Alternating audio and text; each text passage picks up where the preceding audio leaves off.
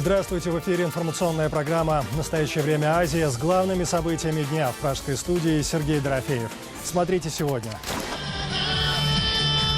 Четверть века свободы. Казахстан празднует День независимости. В Астане к празднику открыли 70-метровую мраморную стелу.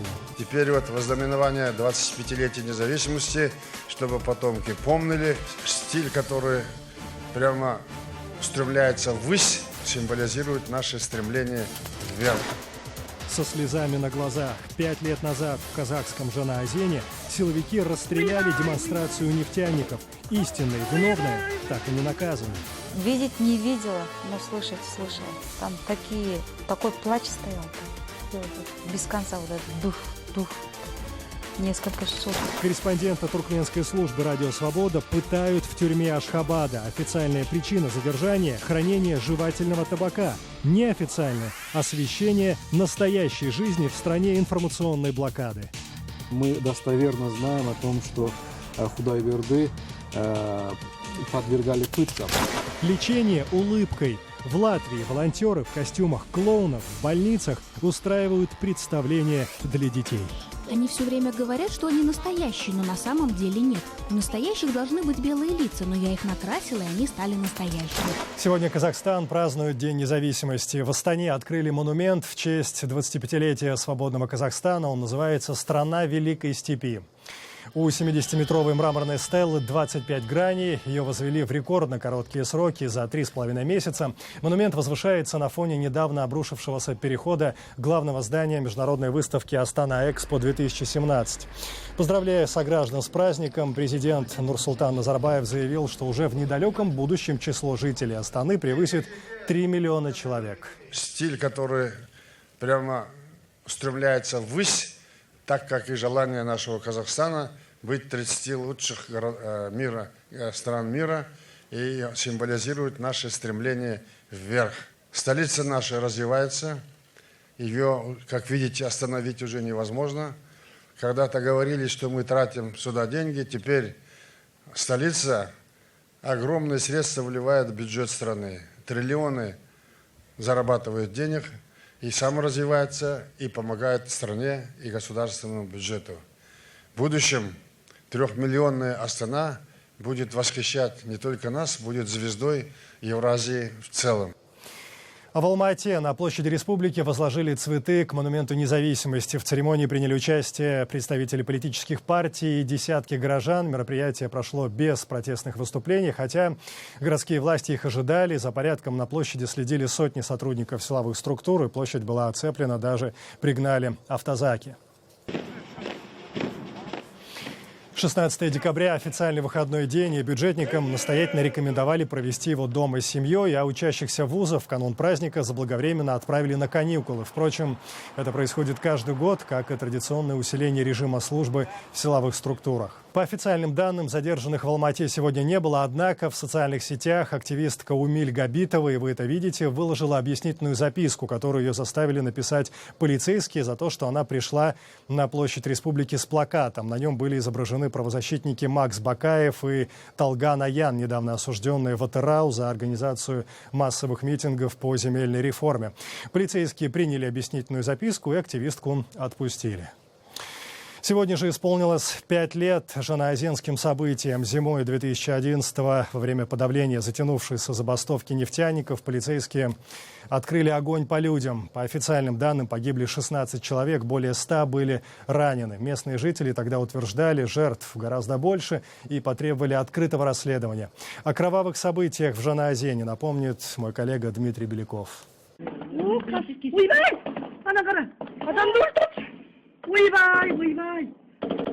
Это видео, снятое на мобильный телефон из окна квартиры в Жанаозене, буквально прорвало информационную блокаду региона. И казахстанцы впервые увидели, как полицейские применяют огнестрельное оружие против бастующих нефтяников. Забастовка на западе страны длилась к тому моменту почти 8 месяцев. Протестующих нефтяников разгоняли, запугивали, подкупали, но они продолжали стоять на своем. Кульминационной точкой стало официальное празднование Дня независимости республики на городской площади, той самой, на которой месяцами буквально жили бастующие. Народное недовольство переросло в открытое столкновение с полицейскими. Позже очевидцы говорили о присутствии каких-то молодых спортивных людей в черном, которые якобы послужили зачинщиками конфликта. Так или иначе, полицейские начали стрелять. Сначала в воздух, а после и в разбегающихся забастовщиков. По официальным данным погибло 16 человек. Более сотни получили ранения. Очевидцы происшествия утверждают, что жертв могло быть намного больше. Двухмесячное судебное расследование так и не добилось ответа, кто же дал приказ открыть огонь на поражение. К тюремным срокам в итоге привлечены 6 сотрудников силовых структур. Позже они вышли на свободу условно-досрочно. По делу о беспорядках в Жанаозене осуждены 34 нефтяника, 13 из них приговорены к реальным тюремным срокам. На данный момент все они также вышли на свободу условно-досрочно. Единственная женщина среди приговоренных к заключению, активистка Роза Тулетаева, отбывает остаток наказания условно. Во время судебного процесса Роза неоднократно заявляла о массовых пытках, применявшихся к задержанным, но суд не уделил этому никакого внимания. Уже после выхода из тюрьмы Роза вновь озвучивает, что пытки были. Видеть не видела, но слышать слышала. Там такой плач стоял там. Без конца вот этот дух, несколько часов. Последним из освободившихся заключенных по делу Жанаозена стал оппозиционный политик Владимир Козлов. Именно его суд назвал главным организатором массовых беспорядков на западе страны и приговорил к 7,5 годам тюрьмы с конфискацией всего имущества. В августе текущего года политика выпустили условно-досрочно. Вполне возможно, что выпустили именно потому, что сейчас нет партии. Сейчас я не могу организовывать какие-то события, процессы, объективно и не могу, и вообще и не хочу, потому что и не с кем. Каждый год в Казахстане отдают дань памяти жертвам Жанаозена. По всей стране проходят возложение цветов и поминальные обеды, асы. Самая крупная тризна каждый год проходит на западе республики, неподалеку от Жанаозена, в поселке Тинге. Дмитрий Беляков, Павел Энгельгард. Настоящее время. Наши коллеги из казахской службы «Радио Свобода» после парламентского собрания в честь 25-летия независимости поинтересовались мнением депутатов, что они думают о тех трагических событиях 2011-го, что изменилось в стране за это время и как государство должно вспоминать своих погибших граждан. 5 лет назад произошли жанаозенские события. Что изменилось? Изменилось ли ваше мнение о них? Вся правда раскрыта. Сейчас не стоит это политизировать, ребята. Сейчас нам нужно единство казахского народа, сплоченность.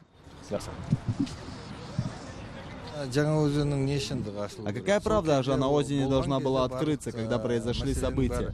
Все было сказано, объяснили народу, показывали по телевидению. Что должно открыться еще?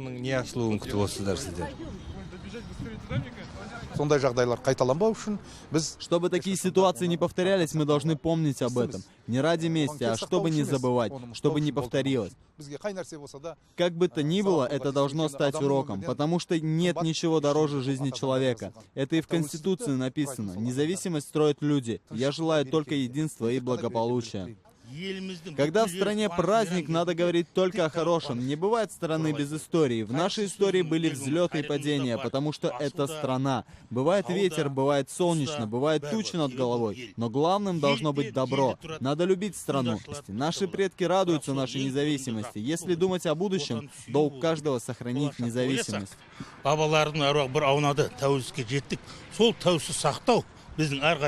Значит, мы должны забыть Жанаозен?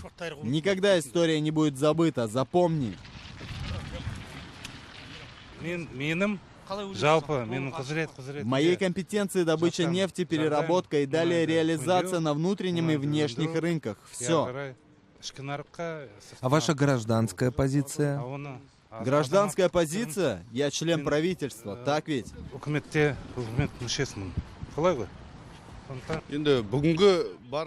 Оценка событиям была дана еще тогда. Всему, что случилось в истории, оценка будет дана спустя время. Вы думаете, что оценка может измениться? Это покажет время.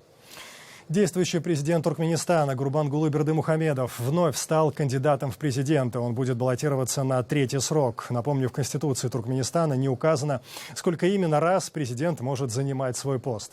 В первый раз Бердымухамедов возглавил страну, и было это в 2007 году после смерти Сапармурата Ниязова, правящего государством с момента обретения независимости в 1991-м. Бердымухамедов носит неофициальные титулы лидер нации и покровитель. Несмотря на культ личности, традиционно президенты Туркменистана возглавляют демократическую партию страны. Однако власти поддерживают информационную изоляцию, и немногочисленные оппозиционные журналисты и блогеры часто оказываются за решеткой. Так, 3 декабря корреспондент туркменской службы «Радио Свобода» Худайберди Алашев вместе со своей семьей был задержан у себя дома. Наши коллеги из туркменской службы сообщают, после задержания силовики жестоко избили журналиста. Судьба Алашева и его семьи сейчас неизвестна. Власти обвинили 27-летнего журналиста в якобы незаконном хранении жевательного табака. Мой коллега Александр Касаткин побеседовал с главой туркменской службы «Радио Свобода» Фарухом Юсуповым. Самое главное, что нас беспокоит, это мы достоверно знаем о том, что Худайберды подвергали пыткам, в том числе пыткам с помощью электричества. И последнее сообщение было то, что его из заключения забрали в больницу, госпитализировали, и на данный момент последняя новость, правда, я не смог это подтвердить из независимых источников, его забрали в Ашхабад. Правоохранительные органы узнали, что он с нами сотрудничает. Ночью ворвалась группа полицейских с оружием и с камерами, начали производить якобы изъятие жевательного табака. Это на свае не только его самого, но и мать арестовали. Избили жену, и, насколько я знаю, сейчас на данный момент и жену тоже забрали. Кроме того, забрали дядю. То есть не только сам наш корреспондент здесь оказался жертвой этих обстоятельств, и страна переживает тяжелые экономические трудности, когда зарплата не выдаются месяцами, когда нет продовольствия. О таких проблемах Худайберды в последнее время давал материал. И, видимо, перед выборами президента этот вопрос для них стал таким болезненным, я имею в виду для властей Туркменистана, и они пошли на такие экстраординарные шаги. То есть вы хотите сказать, что нынешний президент Бердымухамедов пытается таким образом сохранить свою власть, или это просто поддержание того информационного вакуума, в котором живут жители Туркменистана? Это, скорее всего, поддержание информационного вакуума, замалчивание тех проблем, о которых и так всем известно. Удержание власти, я не думаю, что для туркменского руководства удержание власти сейчас является актуальной проблемой. Никто не сомневается, что для переизбрания на следующий 3-й срок не понадобится никаких каких-то особых усилий. То есть и сам президент, и те соперники, якобы соперники, которых выдвигают, знают, какой будет результат и какой будет разгромный счет в пользу нынешнего президента. Далее в программе. Лечение улыбкой. В Латвии волонтеры в костюмах клоунов в больницах устраивают представления для детей. Они все время говорят, что они настоящие, но на самом деле нет. У настоящих должны быть белые лица, но я их накрасила, и они стали настоящими.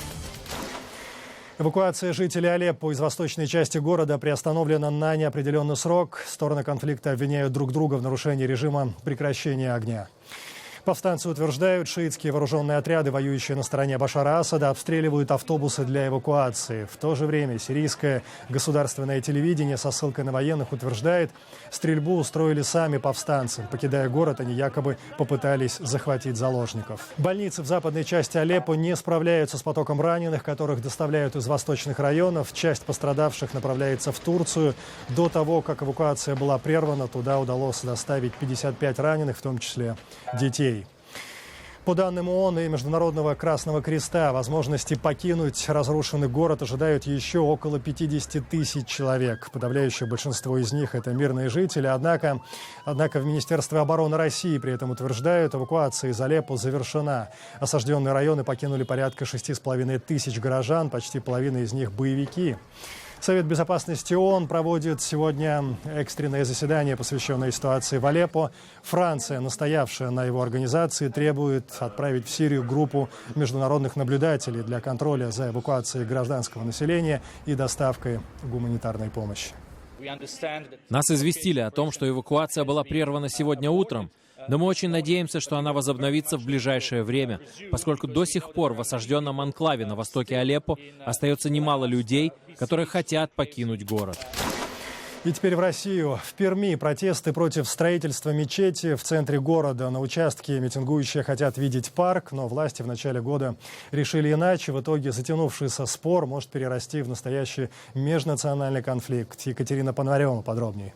Гибкости никакой. Вот у меня такая власть несовременная, начинает беспокоить. Они бы не собрались с этими лозунгами, если бы власть их вовремя услышала и пошла навстречу. Жители центрального микрорайона Перми протестуют против мечети под окнами. Говорят, им здесь от точечной застройки и так уже не пройти, не проехать. Почему они хотят, чтобы мы здесь жили и злились, и была напряженность вот эта возникала? Из-за того, что нам будет тесно. Мы же в празднике сюда, мы здесь не пройдем и не подойдем. Машины не будет, вот сюда машины поставить некуда. В начале года Краевое духовное управление мусульман заявило, что согласовало с властями место под новую мечеть в центре города. Между двух городских рынков, где работает много мигрантов с Ближнего Востока. Большинство из них мусульмане. Иметь здесь мечеть удобно, остальные разбросаны по окраинам. Власти быстро провели общественные слушания, на них проект утвердили и планировали начать стройку. Но местные жители начали протестовать. Они уверяют, результаты слушаний подтасовали. 30 мая, когда была встреча, публичное слушание, ни одного объявления в микрорайоне об этом не было. То есть люди об этом не знали. И ни одно пермское СМИ не сообщило о месте, сроках. Очень часто публичные слушания, если в них заинтересованы власти, бизнес, в данном случае мигрантские диаспоры, они проводятся фиктивно, фикция. Люди, говорят, возмутились еще и потому, что давно просили у властей на этом участке разбить парк вместо катка, который снесли под новый жилой комплекс. Но им отказывали. Так что какой тут национальный вопрос? Мы не против мечети, мы не против какой-то национальности, мы против конкретной застройки здесь, потому что у нас нет никакой зоны отдыха. Ни с детьми погулять негде, бабушки наши сидят под балконами. Они собирали подписи, просили власти найти место для мечети в другом районе, но те им навстречу не шли. В результате о конфликте узнал весь город, и уже на митинг вышли не только жители соседних домов, но и радикально настроенные пермяки. Я недоволен этим вызовом. Это просто наглый вызов нашему русскому всему православному обществу. По той причине, что мы православные. То есть получается, что мы у них, допустим, в их городах права не качаем. Они приезжают сюда, мигранты, которые ничего хорошего в России не сделали. Вот и единица разве что, понимаете? Где гарантия? Как вот сейчас показывают и по телевизору все, что кто-то из них прет. Я не говорю, что все бандиты. Но почему нет, не надо думать о том, что может кто-то специально приехать и проводить диверсии. Надо ведь об этом тоже, о безопасности, надо думать наших детей. Муфтият эту историю больше не комментирует. Чиновники мэрии согласились общаться с нами лишь при условии сотрудничества. Просили показать им сюжет перед эфиром и обсудить контекст, в котором мы собираемся подавать информацию. Сразу после митинга в мэрии провели закрытый круглый стол по мечети. Результаты опубликовали. Разрешение на строительство мечети не выдавалось. Нужно соблюсти некий баланс интересов и сделать так, чтобы не было разжигания межнациональной розни. Сейчас совместно со всеми заинтересованными сторонами будет прорабатываться вопрос поиска других альтернатив в реализации проекта строительства мечети в городе Перми. Мэрия взяла паузу по вопросу стройки мечети до марта будущего года. Активисты говорят, так власти тянут время и надеются, что протест утихнет. Но они намерены до последнего отстаивать землю под своими окнами. Екатерина Пономарева, «Для настоящего времени».